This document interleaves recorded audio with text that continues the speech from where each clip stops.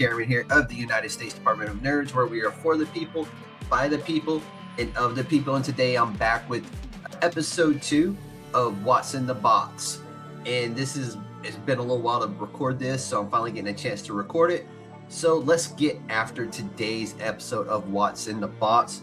And we are going to start with a package from Nicholas Casbarro. He is the author of Vitalerium, and it's also a comic book, and that's kind of how I met him, is through his agent when they contacted me to have Nick on the podcast. But he's been hitting the Comic-Con scene pretty hard here lately, and I had noticed these at his table, and I was like, dude, how can I get my hands on one of those? And he kind of was like, well, they're just sold on the scene at the cons. I was like, oh, okay, I get that. And I did say, hey, by chance, if you can get me one, I would love to have one to display here on my desk and to show everybody one of the pieces that he is selling at the Comic-Cons. And thankfully he said yes. So that's what I have here today, is one of the helmets from his book, Vitalerium. It is really cool, and this is a lot cooler than I thought it would be. It is 3D printed, and there is some painted elements on it, but it is really cool. It's kind of a little rough printed 3D printing, but that's fine. I can get it cleaned up. But how about that? That is so freaking cool. Look at that. So this is what you can get, and I think they're in limited quantities when he shows up to Comic-Cons and stuff like that to sell his book. But this is really, really cool. So if you're at a con and Nicholas Casbarro is there, make sure you stop by, discuss Vitalerium with it. It is a great book series. It's an even cooler comic book drawn by my good friend Francisco Nilo. So if you get a chance to stop by and see him, please do that, because it is a fantastic comic book. It is a fantastic book, and these are really, really cool. So stop by, have a look, and tell Nick the chairman says hi. Moving right along now, I'm kind of behind on getting my Kickstarter packages opened up and recorded, but this one is going to be from John McGuire, and he was on the show not that long ago with his Kickstarter, and we discussed it. Which Kickstarter it was is leaving my mind right now, but as soon as I get into the box, I will tell you which one it was. But really cool that he did ship it in a comic box. But let's get in here. In Our Dreams Awake was the series, and it is signed, so that's really cool that him and Egg signed this for me. So In Our Dreams Awake, it comes with a ticket to You Must Be This Tall to Ride, which is another series they are working on. So really cool there, and really cool.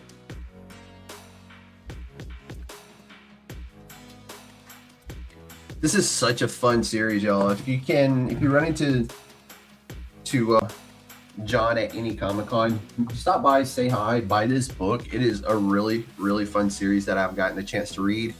And John's a really good dude. Him and Egg both. So next up is going to be, I think I'm going to do this one, which is from Biting Comics, and that's Ben Lacy of Shark of War. And I'm pretty sure this is Shark of War right here. And it is drawn by Heartstroke, who has also been on the podcast with some of his other projects that he is currently working on. And let's get into this box. It is very well taped.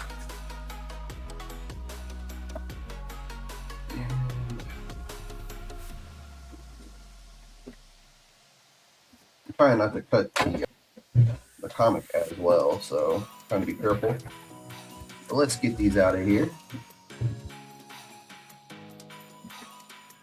But yeah, so we're going to start it off with, we got some Sharkivore number 9. Comes with the bookmark as well. And there is number 8 and 7 and 6. And this is the volume 1, which I think covers issues 1 through 4. I mean, it's hardback and it's very, very nice quality there. And here is number 5. Really cool to have these in my hand. And Ben Lacy will be visiting us again in, I think, April. No, he took a slot in March. I was able to get him on one of the, I think, the very last spot I had available in March. So he'll be circling back to visit us once again for the month of March. Now, next up, we have from Jason Lenox, illustrator. This is going to be Lords of the Cosmos, I believe. And he was on the podcast to discuss this one in his IndieGoGo campaign that he was running for it. And such a good dude, man. He sent me so much stuff to read before he ever came on the podcast. Sent me the covers, sent me his logos and all that stuff. Just really, really made my life easy when it comes time to prepare for the interview, which is always a godsend, is getting everything ahead of time. That way you do have a little extra time to prepare for things. But let's get into this box. It is proven to be difficult, and I also don't know how close the comics are to the top, so I don't want to hurt nothing as well. So getting into the box, it is very well done with styrofoam and air shells, or whatever you want to call them. So let's get into here. Oh, that's cool. He separated out some stickers for me. Appreciate that. And then let's get the book. So here it is, Lord of the Cosmos. This is number 5. Such a beautiful book. And he signed it at the bottom. And here is issue number 4. And 3. I think these are Mylar badges too, man. So shout out to him for going all out with the Mylar, man. Those aren't cheap at all. Issue number 2.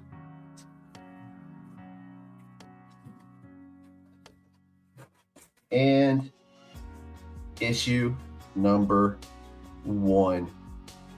Beautiful, beautiful books. Very well packaged and very well, with the Mylar badges. So shout out to him, man. That's awesome that he hooked it up with the Mylar badges and boards. Finally, I have one more package for you from it's going to be from Reality of Wrestling. So how this package came about is I was talking to my buddy Kelvin Catley on a Wednesday on New Comic Book Day. DC Comics and AEW, All Elite Wrestling, had just released their crossover covers featuring AEW wrestlers. So I sent him a couple of covers, just say, hey dude, go to your local comic shop. AEW and DC just released their crossover comic book covers. And he sent me back this next cover that I'm going to be showing you. And I was like, well, shit, that's one way to one-up it. And I was like, dude, I got to have that cover. Are there any more available? He said, stand by. Let me check. And he said, what's your address? That's basically what he said. And I gave him my address, of course, and it finally arrived. I'm excited to open this up. This comic book is really, really cool. It is done in conjunction with Comics Curing Cancer, and a large portion of the proceeds of this comic book went to the American Cancer Society. This cover was done by Godtel, and it features La Princesa Tiffany Nieves of NWA. She is the current NWA TV champion, and I believe she is a 2-time NWA tag team champion as part of a team called TVMA, TV's Most Attractive. And she is also the 69 in the PWI official, which is really really cool. But let's open this up because this is a really cool comic book cover they did of her. Shout out to Godtail because this is a phenomenal cover. And here we go. It's got a little tear open here thing. Let's see if it'll just open up for me. And of course it won't. And I don't want to damage it, so let me just try to get this opened up here. All right. It did come bad and boarded, and it's an amazing, it's a Virgin variant style cover. Certificate of authenticity on the back. This is 24 of 50. Again, this is the C3 Comics Curing Cancer cover by Godtail. It's really amazing cover, but there it is. Really, really awesome. It's so cool. I'm so happy that I was able to get my hands on one of these. It is just a beautiful cover. Shout out to Godtail for doing this. Shout out to Comics Curing Cancer and donating a large portion of these proceeds from this comic book sale to the American Cancer Society. Now, that is all I have for What's in the Box episode 2. And to quote the NWA TV champion Tiffany Nieves, get it, got it, bueno. This has been the chairman of the United States Department of Nerds, where indie comics come to life. You are listening to the USDN on the DFPN.